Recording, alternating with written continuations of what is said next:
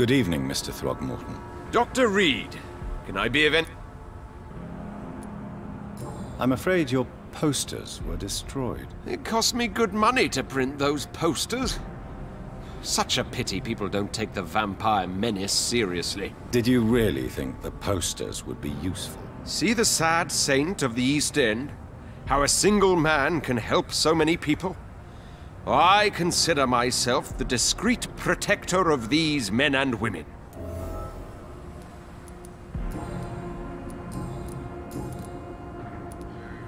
Tell me, Ichabod, why do you consider yourself the protector of Sean Hampton's shelter? He is a truly inspiring example. Dedicated, pious. His shelter is open to all, whoever they are. Most admirable. Goodbye.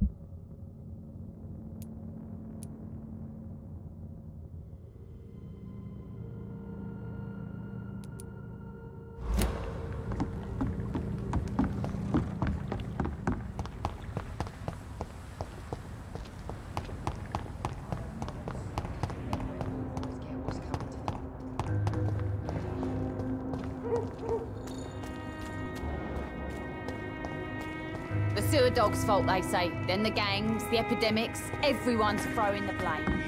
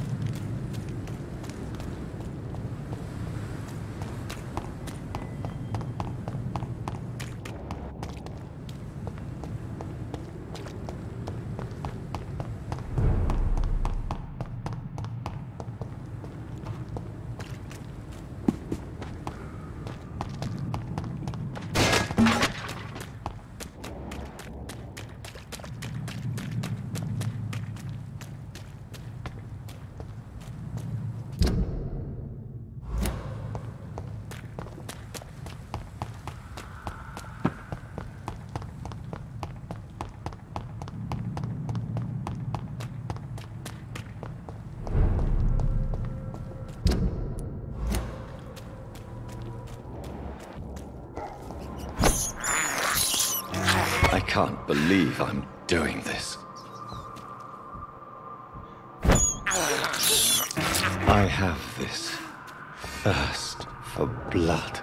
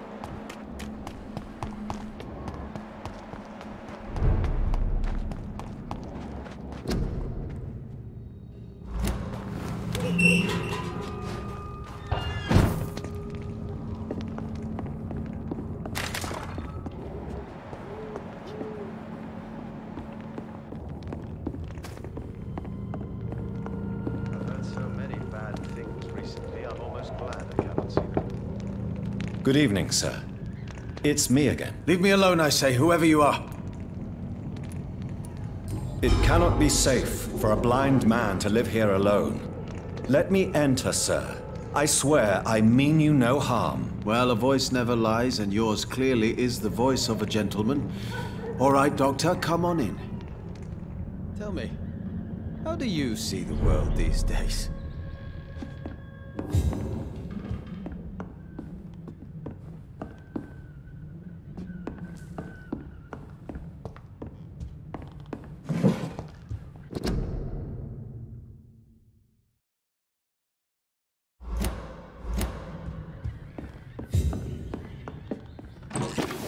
Gentleman pays visits to people at this... It's locked.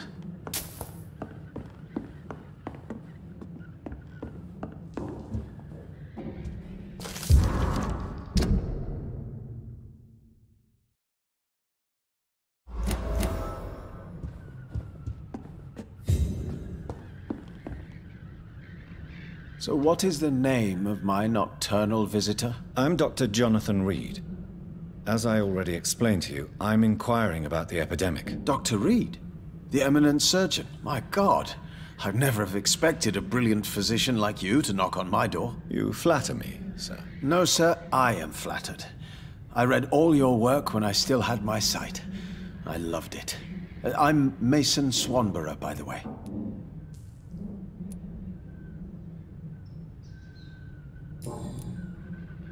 And what else have you learned about me, Mr. Swanborough? I know you assisted Professor Carell in France, and that you invented a new blood transfusion method based on his work. Yes. Those were frustrating but exciting days. I loved it. Yes, the thrill of research and discovery. This is what drives people like us, Dr. Reed. Oh, how I envy you. Does someone take care of you in this isolated place? My sister Loretta and I have our daily routine.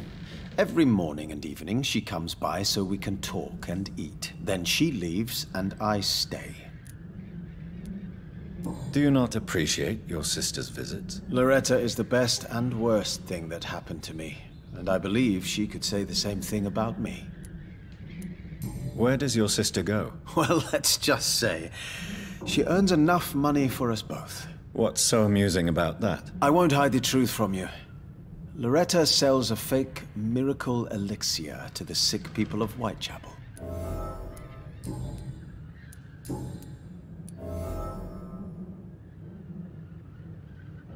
Have you heard anything about... I don't know who she is. Why does your sister feel so guilty about what happened to you? Because she knows I'll never forgive what she did to me. You run an illegal business with someone you hate? I don't hate my sister. She looks after me, we have a good time. But I'm just not ready to forgive her. Do you know Braille, Mr. Swanborough? I'm no expert, but I learned it in my spare time, yes. Why? I found a strange document entitled Cure for Blindness. It's written in Braille, so I thought perhaps it was yours. Really? Is that some kind of sick joke? Let me see. Here it is. This letter seems authentic. And it actually refers to an experimental cure for blindness. You have piqued my interest, Dr. Reed. Could it be of any use to you? No. This page is just a part of a larger diary. I'd be glad if you could find the other pages. I found another page of the diary, Mr. Swanborough. This diary is still not complete. The man who wrote it claims he is a member of some scholarly brotherhood called the St. Paul's Stole. Really? I've heard of them. Very capable scientists. Perhaps the man who wrote this really found a cure. I would need more pages to figure it out, but it's as promising as it is intriguing. Here is another page of the diary we were talking about. Ah, now we're talking. Ingredients, dosages, dangers, and side effects. This is it. Is the diary complete now? No. The author tested his work in a hidden laboratory. We must find out where it was. Please, find me more pages, Doctor. You seem unwell, sir. Do you need my assistance? Actually, I feel worse than usual. Can you give me something? Yes. I can give you a little something that has been proven effective. Thank you, Doctor. Goodbye, Mr. Swanborough.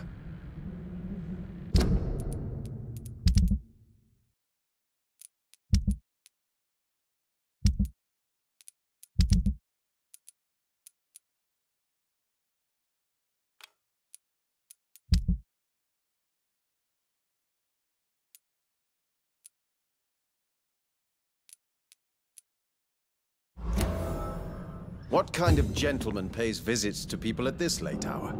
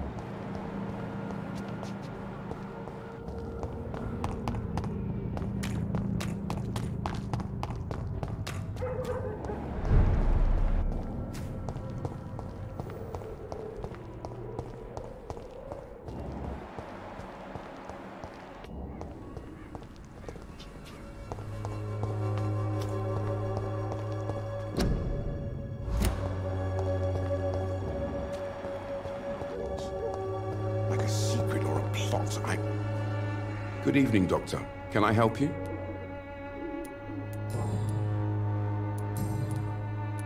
Goodbye.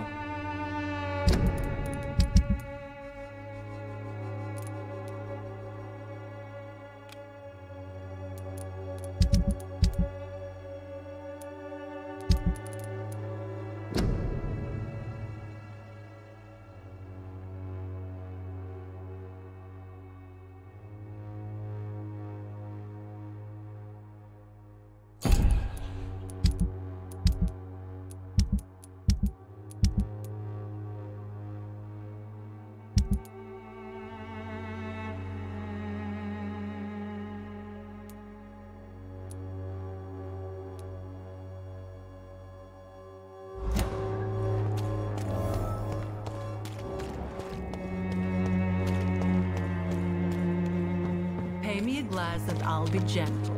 Pay me a bottle and I'll...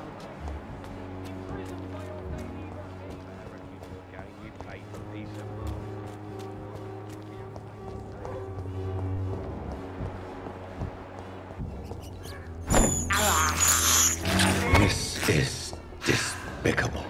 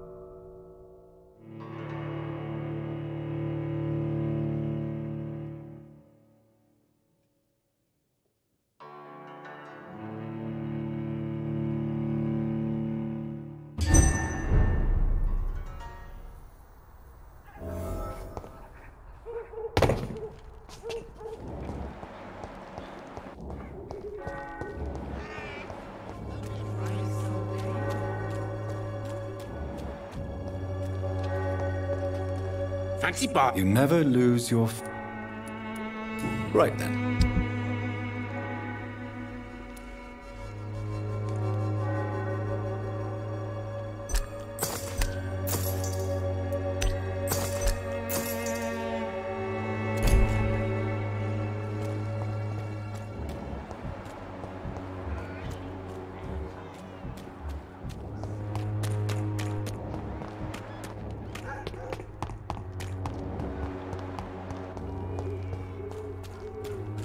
This district seems to get uglier every year.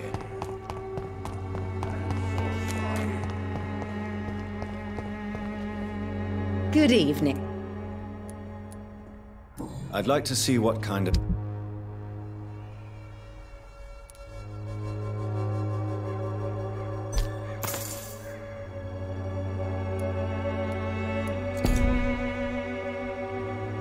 Good evening. You look ill, Miss Swanborough. I have no doubt it will. Well, there you have it. Take this remedy, but be discreet. It may damage your business otherwise. Thank you.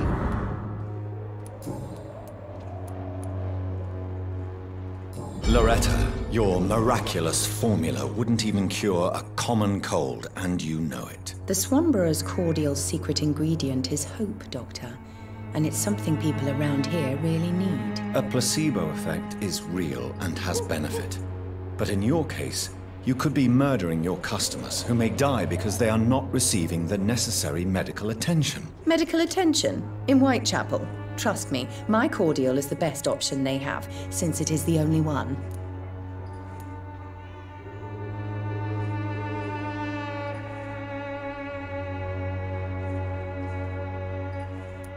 Well, as it is a placebo of sorts, perhaps it may have some positive effect. See? You have to admit I'm doing some good. The Swanborough family is not poisoning anybody, Doctor. Loretta, why do you feel so guilty about your brother? I don't expect him to forgive me. All I can do is make amends for what I did. By making him a crook and a criminal. What if somebody decides to make him pay for your scam? Mason is totally capable of defending himself. Just leave us be. We're perfectly fine.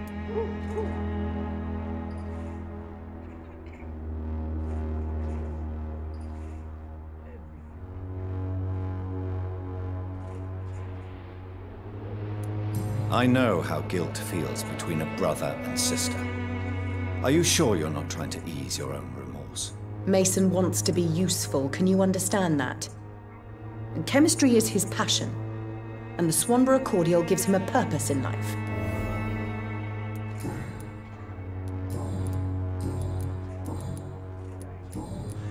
Goodbye.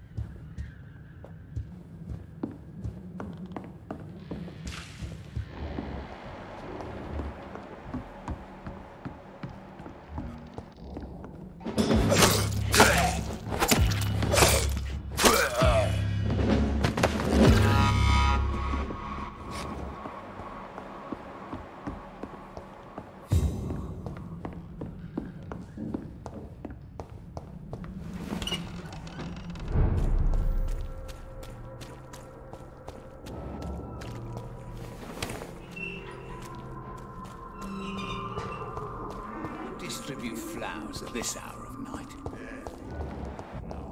As long as you have the money.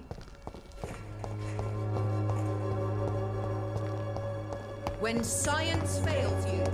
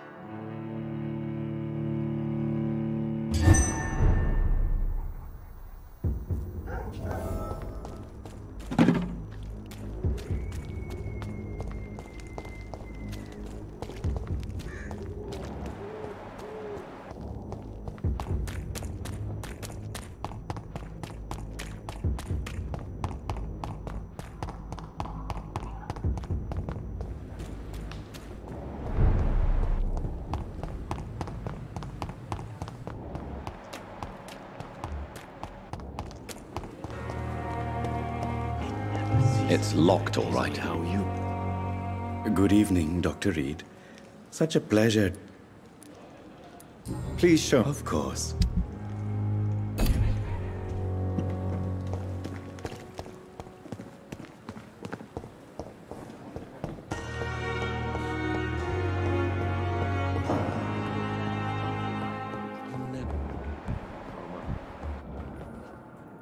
Good evening. Good evening. Goodbye. You always knew the words to calm the children. As for me,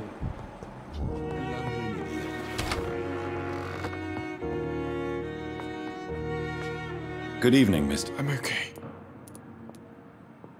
I have retrieved your letter, Mr. Goswick. I can assure you that nobody read it but me. Thank you. This is for you, then. For your help. And for your silence. I think you should talk to your mother. It would be good for both of you. Thank you, Dr. Reed. I'll think about it. Now please, let me be. Your medical report says you're not affected by the Spanish flu. What do you think of that, Mortimer? Does it make me happy? Not in the slightest. If it was up to me, I would have left this place long ago. I know I don't belong here. And why do you think you don't belong here? I know the staff have more important things to do than look after me. There's plenty of patients here who need their attention.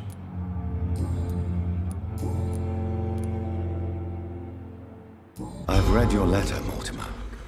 You wrote about an unbearable feeling of despair while the world crumbles around you. Tell me more about it. There's nothing more to say, really. It's hurtful, it's unbearable, and I don't ask anyone to understand what I feel.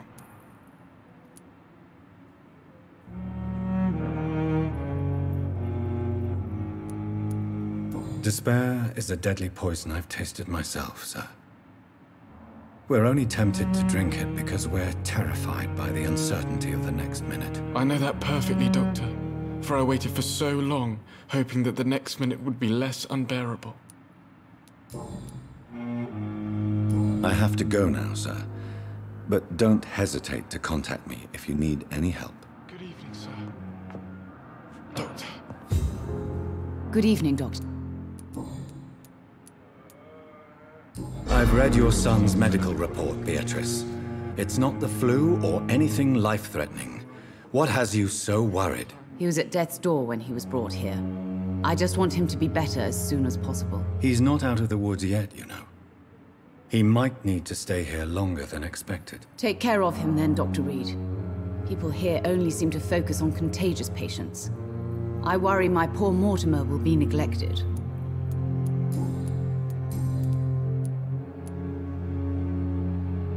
Mortimer is extremely vague as to his motivations for committing suicide.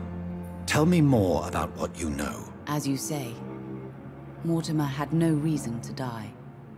All he said to me was that he wanted to make the world a better place, but couldn't. Why did your son feel so useless when facing the world? I think it was more that he could only see the melancholy facets of life. He couldn't help but dwell on such things. What do you think he meant by making the world a better place? Mortimer has always been a sensitive soul. He wouldn't talk to anyone for months after his father passed. It's like he carries everyone's sadness with him.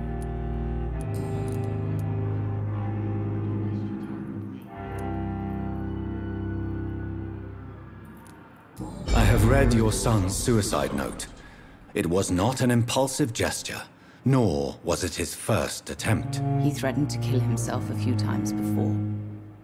But I never thought he would dare to punish me this much. Punish you? Why? I've known for a long time he was not happy with his life. But I always hoped he cared enough to avoid making me suffer like this. Do you realize your son could try to kill himself again? He might succeed next time. I think about it every minute. But I won't stop fighting for my son's future. That's how much I love him.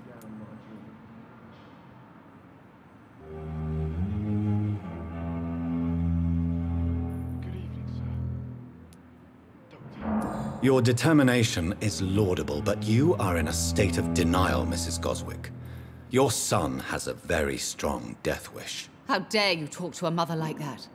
Talk to me like that? I'm only trying to be honest, Mrs. Goswick. As painful as this fatal end may be for you, you have to accept this is a possibility. No. I'll never accept it. If my son was to die under your care, well, you have no idea what I'm capable of, Dr. Reed. Goodbye, Mrs. Goswick.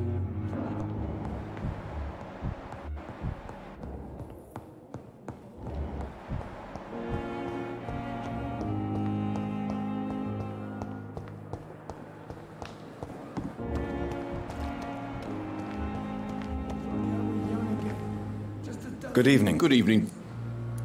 I'd like... Wise choice, Doctor.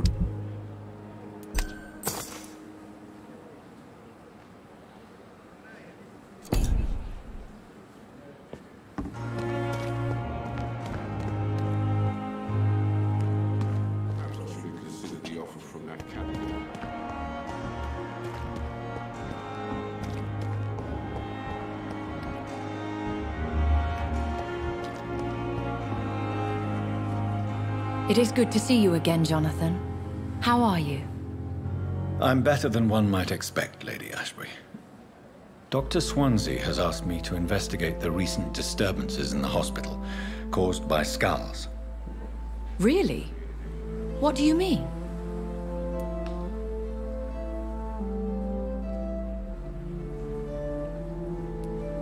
I discovered the most intriguing skull.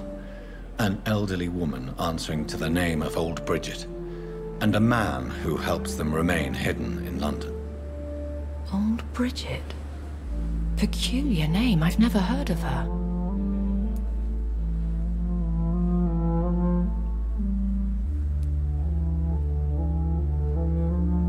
According to Old Bridget, skulls can lead a peaceful existence like us.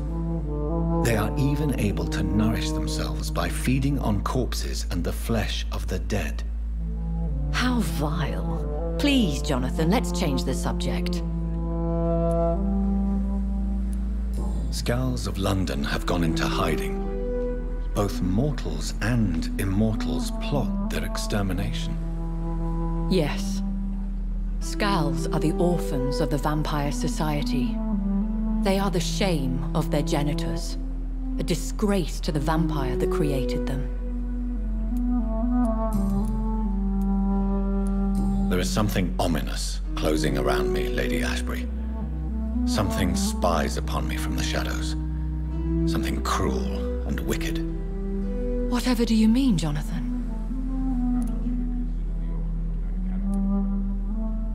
If Sean Hampton and Harriet were not the guilty parties, then who?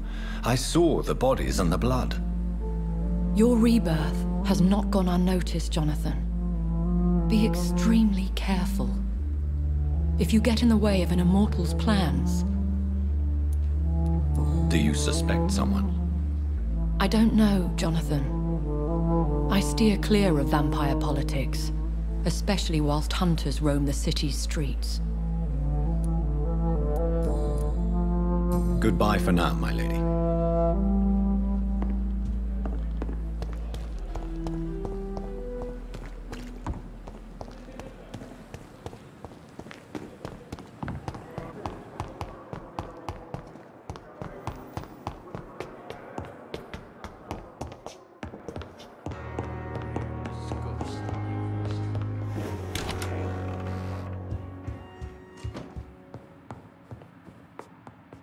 Jonathan, at last. I've been worried sick. Have you solved the case of our poor Sean Hampton? Don't worry, Edgar. The reputation of Pembroke Hospital is secure. Sean Hampton was not the guilty party.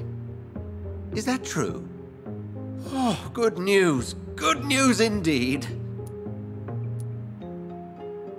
What do you know of the Ascalon Club? Not as much as I would like. There have always been rumors about a secret society of vampires operating in the interests of the British Empire, though I've never met a member. I crossed paths with one. a terrifying creature going by the name of Fergal. He was sent by the Ascalon Club to exterminate the Skulls of the East End. By the stole, Jonathan. If vampires are eliminating their own progeny, then dark times are upon us. Darker than I've ever witnessed. Do you think Lady Ashbury would know of them? Jonathan, our beloved lady is not one for social dalliances, nor the assemblies of dark orders. She's a woman of superior taste and selective acquaintance. I found Harriet Jones. She's much the same old, embittered woman she was, only she's been made a Skull. Her transformation did not go well. Incredible. Well, why not bring her here? We could learn so much by studying her condition. It would be fascinating. I doubt that. She can barely move. Perhaps we could learn more about the degeneration of Skulls. Perhaps. But she could also belong to a new species. We know so little of the laws that dictate vampire reproduction. Were there any studies made by your order on the subject? Not that I'm aware of. I will transmit your discovery to the Brotherhood's primate. He will be delighted. Does the name Old Bridget ring any bells? I've never heard of her. Why? A patient of ours? I must confess, I don't know them all. No, it's just someone I recently met. A fascinating woman. I had thought that perhaps... By the stole, Jonathan, you've met another vampire. I would appreciate an introduction, if that's the case. A pleasure, as always, Edgar.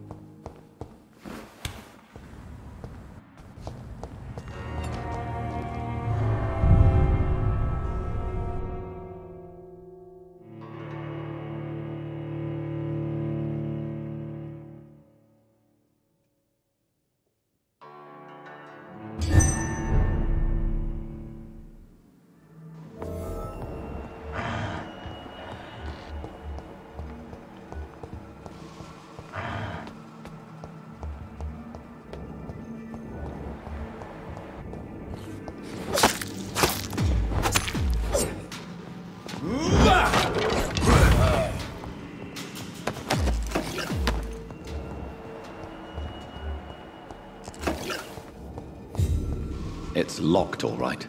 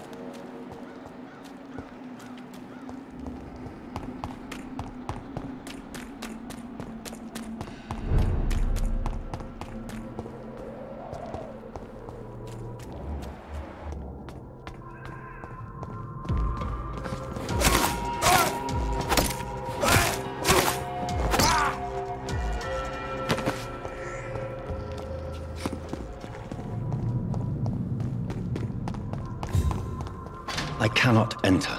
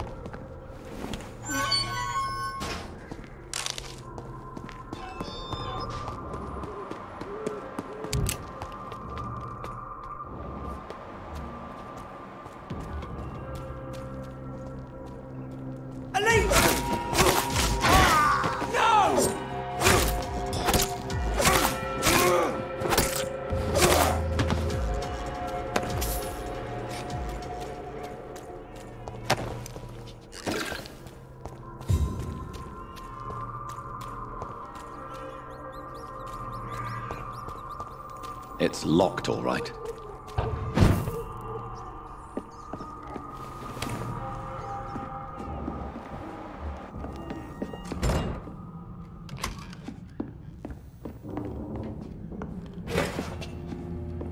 It's locked.